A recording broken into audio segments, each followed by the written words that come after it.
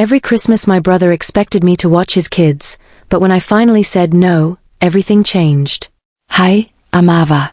For the past 5 years, Christmas has been less about joy and more about babysitting my nephew and niece while my brother Trevor vanishes for his annual business retreat. Last December was the final straw. Ava, you're a lifesaver, Trevor said, dropping oversized duffel bags in my apartment doorway. 9-year-old Grace and 6-year-old Owen stood silently behind him, eyes downcast, shoulders slumped like children who'd learned not to expect much. You said you'd be back Christmas Eve this time, I replied, crossing my arms. The kids deserve to wake up in their own home on Christmas morning. Trevor checked his Rolex, the one he bought after his promotion. The same promotion he used to justify working through every family event for the past 3 years. The Henderson contract is massive, AV career-defining. This could make me partner. Uncle Paul mentioned seeing you at the Vale Lodge last Christmas, I said quietly. With someone who wasn't Grace and Owen. Trevor's smile faltered for a millisecond before returning, smooth as ever. Paul's confused. Probably had too many old fashions. You know how he gets after a few drinks. Grace tugged her rolling suitcase inside, the wheels squeaking against my hardwood floor. We brought our own presents this year, Aunt Ava. Dad said we shouldn't expect you to buy us stuff. Smart girl, I said, helping Owen with his Spider-Man backpack. How long this time, Trevor? Back on the 26th.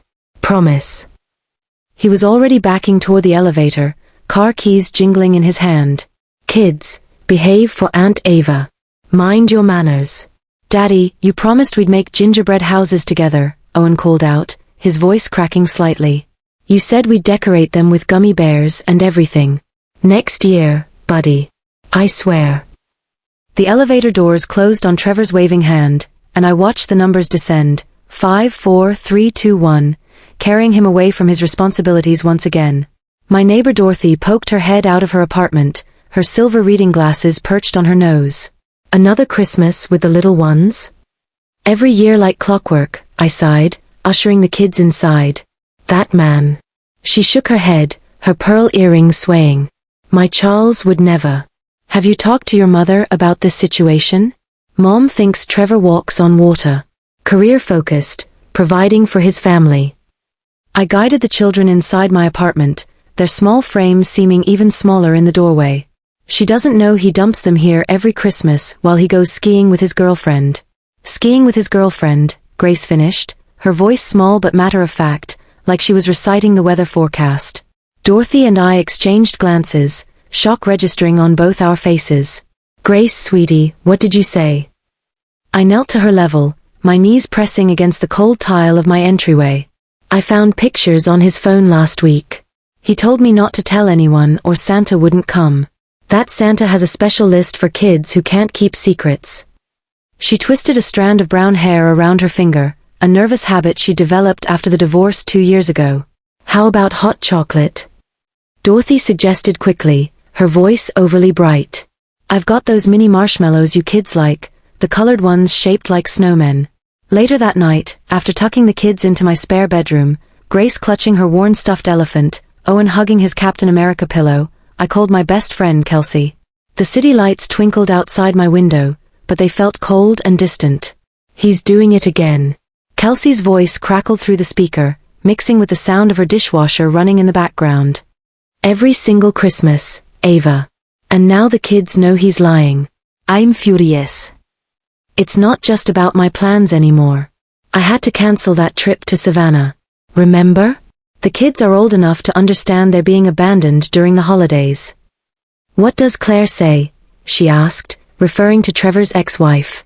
She's spending Christmas with her new husband's family in Dublin. Trevor convinced her he was planning this big father-children bonding Christmas. Hot cocoa by the fireplace, sledding, the whole Hallmark movie fantasy. So she doesn't know either. Oh Kel, this is beyond selfish. Kelsey paused, and I heard her moving to a quieter room. This is calculated manipulation. I watched the Christmas tree lights blink in the darkness, each flash seeming to mark another broken promise. Grace mentioned a girlfriend named Amber.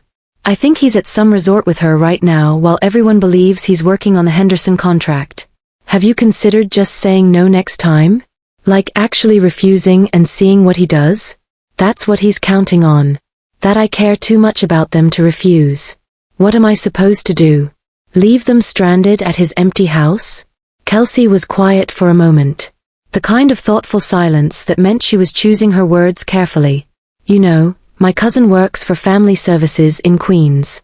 This might qualify as neglect if he's regularly dumping his kids without proper arrangements. I don't want to cause trouble, but, I paused, hearing a small sniffle from the hallway. Grace, is that you? Grace stood in her purple pajamas, clutching her worn stuffed elephant, the one she'd named Mr. Trunk when she was 4. Dad promised this was the last time.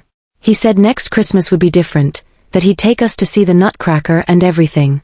Come here, sweetie, I said, making room on the couch and pulling the throw blanket over both of us. He always says that, she whispered, her voice barely audible over the hum of the heater. But then he leaves again, every single time. As I held my niece while she cried, her small body shaking with sobs that seemed too big for a 9-year-old, something inside me hardened. Trevor wasn't just inconveniencing me anymore.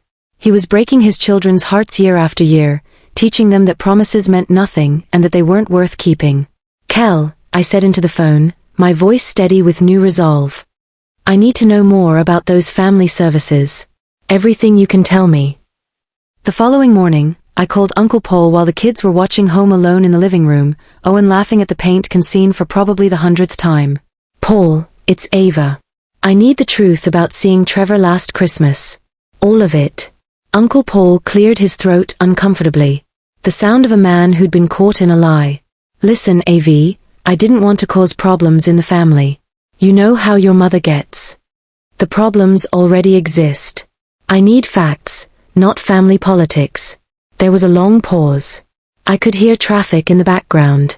He was probably in his Lexus heading to one of his investment properties. I saw him at Aspen Highlands with a woman. Blonde, maybe 28, wearing designer ski gear. They seemed intimate. Very intimate. Did you confront him? He claimed it was a work colleague from the Henderson contract. But Avenue, they were sharing a suite. I saw them at breakfast together, feeding each other croissants. I'm not an idiot. I gripped the phone tighter, my knuckles going white. And you didn't think to mention this to Claire or me or Mom? Trevor swore it was a one-time thing. Said he was under stress from the divorce, that he'd made a mistake. He begged me not to tell anyone because it would destroy his custody arrangement. His voice dropped to almost a whisper. I should have said something, especially when I heard he left the kids with you again this year. I'm sorry, Ava. I failed those kids.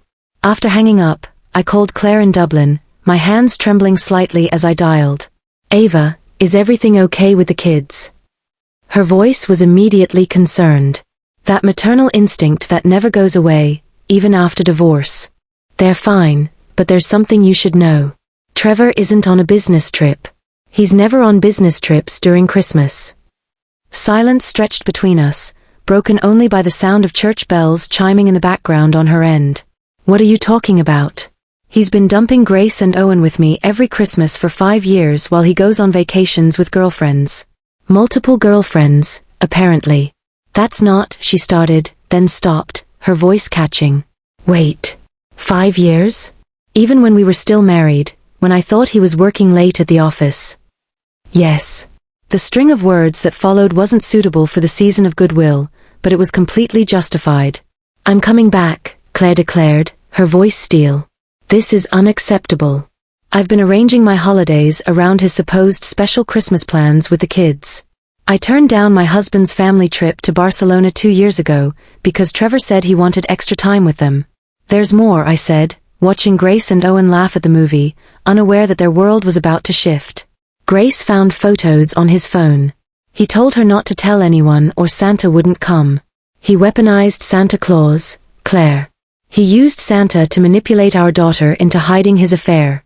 Claire's voice shook with rage. The kind of anger that comes from betrayal layered upon betrayal. I'm calling my lawyer tonight. And I'm calling your mother. She needs to know what her golden boy has been doing. Later that day, Dorothy invited us over for Christmas cookies, her apartment smelling like cinnamon and vanilla. So what are you planning to do? she asked while the kids decorated gingerbread men in her kitchen, using frosting tubes and silver sprinkles with intense concentration. I'm gathering information. Trevor's been lying to everyone, me, his ex-wife, his kids, our parents. Using his children as a smokescreen while he vacations with girlfriends like they're accessories to make him look responsible. Dorothy handed me a mug of spiced apple cider, her eyes sympathetic. My sister went through something similar with her ex in Boston. The courts take holiday visitation very seriously, especially when there's a pattern of abandonment. I don't want to use the kids as pawns, I admitted, the warmth from the mug seeping into my cold hands. Honey, you're not. He is. Dorothy's normally cheerful face was serious, her mouth set in a firm line. Documentation is your friend here. Start writing everything down. Dates, conversations, witnesses. Build your case. My phone buzzed with a text from Kelsey. My cousin Julia can meet tomorrow. Family law specialist. She's excellent. I showed Dorothy the message. Go, she urged, already moving toward the kitchen. I'll watch the kiddos make gingerbread houses. We'll do the roof shingles with pretzel sticks. The next day, while Dorothy entertained Grace and Owen with Christmas crafts, making paper snowflakes and stringing popcorn garlands, I met Julia at a quiet cafe in the village, the kind with exposed brick and soft jazz playing. This pattern of behavior is concerning, Julia said after I'd explained everything, her pen moving rapidly across her legal pad. Especially using the children as a cover story for personal activities and threatening them to maintain secrecy. That's psychological manipulation. What can I do? He's their father. The courts favor fathers more now, don't they? Julia tapped her pen against her notepad, her expression thoughtful. Courts generally prefer to maintain parental relationships, but they prioritize the children's well-being above all else. We need documentation of the pattern. Texts, emails, witness statements. I have texts asking me to take the kids. Photos they've sent me from previous Christmases when they were supposedly with him. Grace sent me a selfie from my guest room last year with the caption, "Another Christmas at Aunt Ava's." Good start. And now you have statements from your uncle confirming his whereabouts, plus the ex-wife's testimony that she was unaware of the arrangement. That's conspiracy to deceive for the purpose of avoiding parental responsibilities. Is it enough for an emergency custody modification? Possibly, especially if the children corroborate feeling abandoned or being sworn to secrecy. But first, Julia leaned forward, her voice dropping. You need to confront him directly when he returns. Record the conversation if your state allows it. New York is a one-party consent state. Give him a chance to explain or, more likely, to incriminate himself further. I laughed bitterly, the sound harsh in the quiet cafe. He'll just lie again. He's had 5 years of practice. Documentation, Ava. Everything by the book. When is he returning? December 26th, supposedly.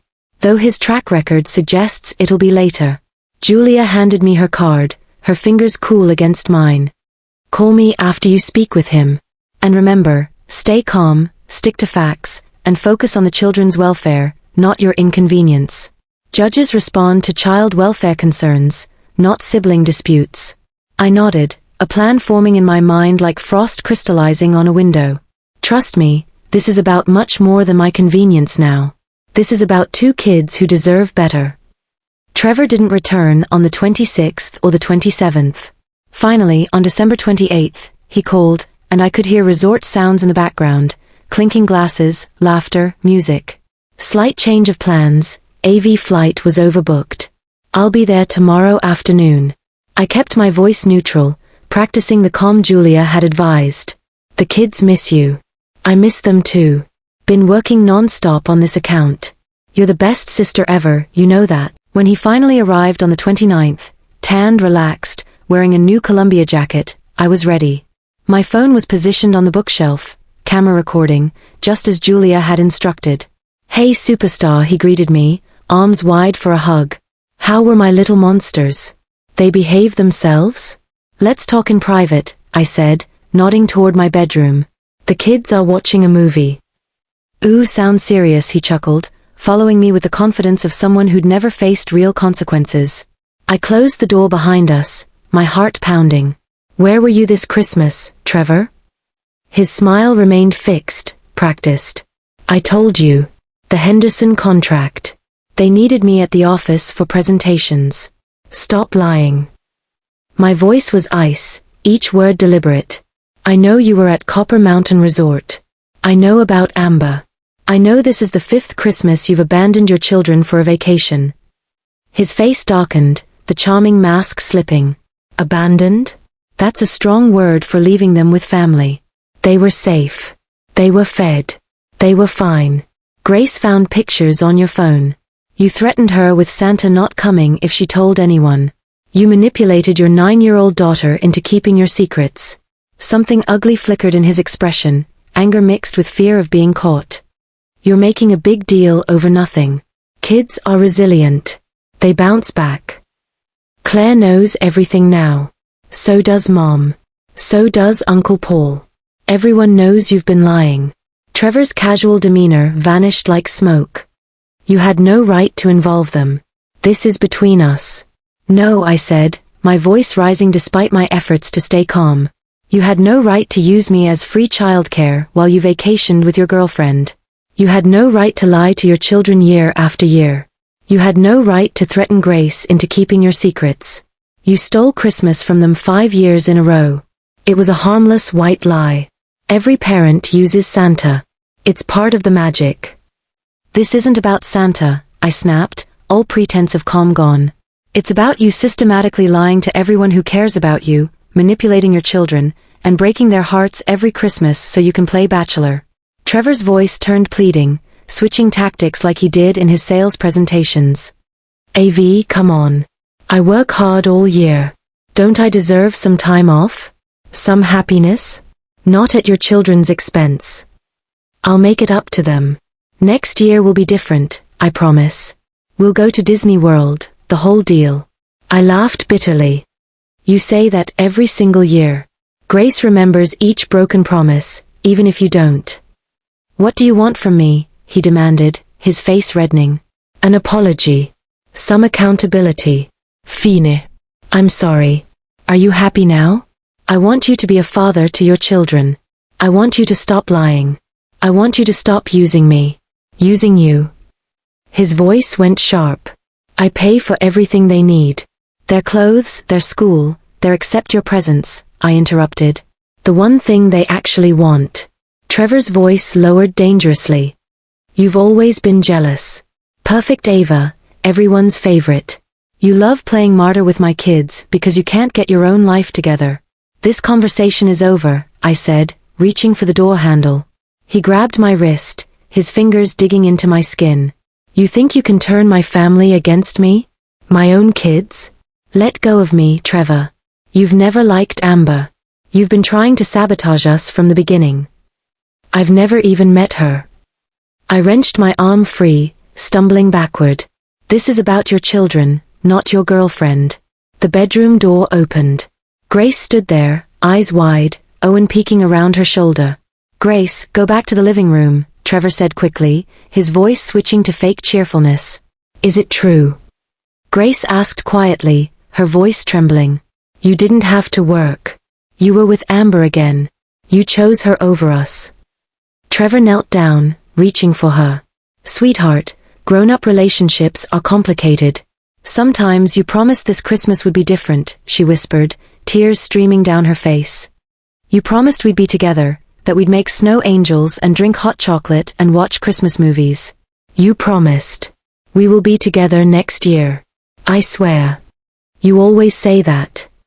Grace's voice rose to a shout. You always say next year. I hate you. I hate you. She ran from the room, her footsteps thundering down the hallway. Trevor moved to follow, but I blocked his path. You've done enough damage for one day. This is your fault, he hissed, his face inches from mine. You turned my daughter against me.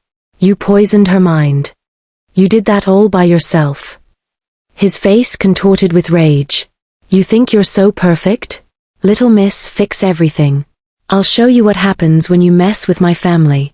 He shoved past me, knocking me into the doorframe hard enough that pain shot through my shoulder.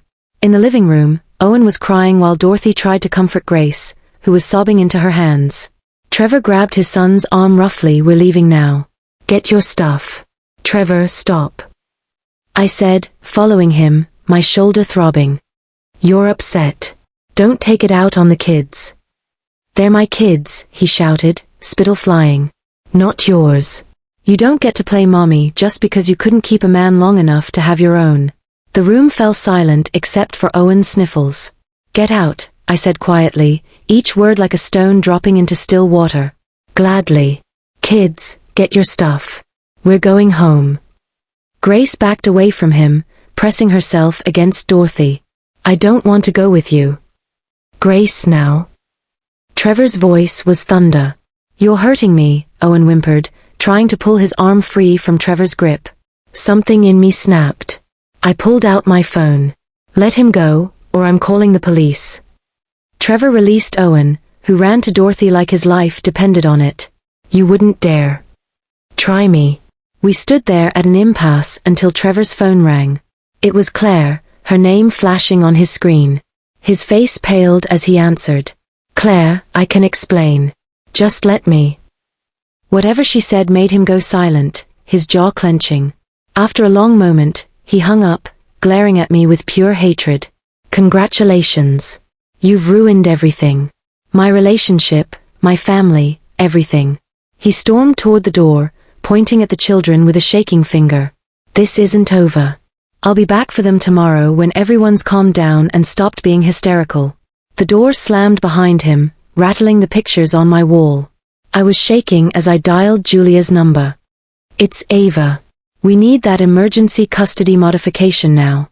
The next morning, Julia met us at the courthouse for an emergency hearing, her briefcase packed with documentation. Focus on the pattern of abandonment, she whispered as we entered the building, our footsteps echoing on marble floors. This is about the children's welfare, not your brother's social life. Claire had flown back overnight and joined us, exhaustion evident on her face but determination burning in her eyes. I can't believe I believed his lies for so long, she said, her voice raw. 5 years. 5 Christmases. Inside the courtroom, Trevor glared at me while the judge reviewed our documents. His lawyer, a slick-looking man in an expensive suit, whispered urgently in his ear.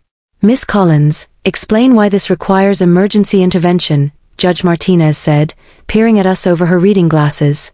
Julia stood, her voice clear and professional. Your Honor, we've documented a 5-year pattern of Mr. Thornton abandoning his children during Christmas, lying about business trips while vacationing with romantic companions, and recently becoming physically aggressive when confronted. We have photographic evidence, witness testimony, and statements from both children. Trevor's attorney countered, standing with practiced ease. This is simply a family disagreement blown out of proportion. Mr. Thornton has every right to arrange childcare with relatives. His sister agreed to watch the children each year. Arranging childcare is one thing, the judge replied, her tone sharp. Fabricating business trips to abandon court-ordered visitation is another matter entirely. Uncle Paul testified about seeing Trevor at ski resorts, his voice steady despite Trevor's glare. I presented the text messages, the photos, everything we'd gathered. Grace spoke privately with the judge in her chambers for 20 minutes. When Judge Martinez returned, her expression had darkened considerably. I find Mr. Thornton's behavior constitutes a pattern of abandonment and emotional manipulation.